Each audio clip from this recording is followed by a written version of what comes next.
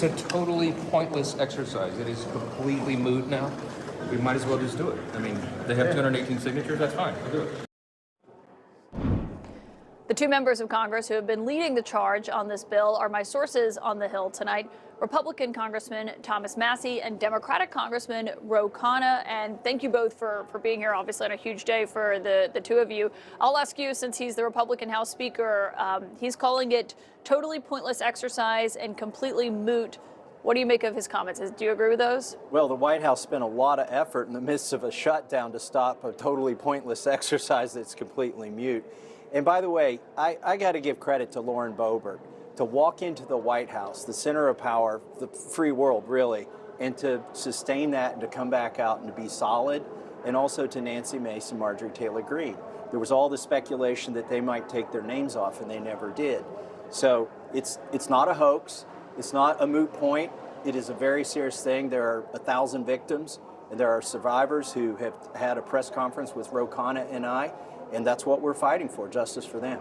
Did y'all talk to them at any point during this, as the White House was making clear they were targeting these members? I talked to them. I don't want to say which one I had this conversation with, but one of them was told, we can't let Massey have a win. How petty is that?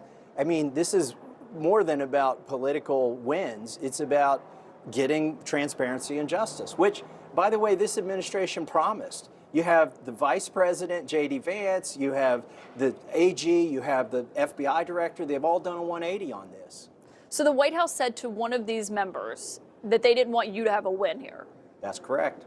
I mean, what does that say to you, Congressman Ro Khanna, as to the White House's motivation here? I mean, I think so many people look at this and say, why is the White House fighting this as hard as they are, and you know, taking Lauren Boebert into the Situation Room, which is incredibly unusual based on my experience covering the White House? They've really lost their way, because it was really Donald Trump, and more than Donald Trump, J.D. Vance, who in podcast after podcast said, release the Epstein files. And I give credit, of course, to the courage of Marjorie Taylor Greene, Nancy Mace, and Lauren Boebert. They met with the survivors. It was personal. But I also give credit to Congressman Thomas Massey. I mean, he's got 3 billionaires literally pouring millions of dollars in his race against him to take him out simply because he wants these files released, which the president campaigned on. And you know what? The left and right are agreeing on one thing. It's time to get rid of the Epstein class, these rich and powerful people who rig the rules for themselves and ignore forgotten Americans. So how many Republicans do you think are going to vote for this next week when Speaker Johnson brings it to a vote? I think there's going to be a deluge of Republicans. The longer the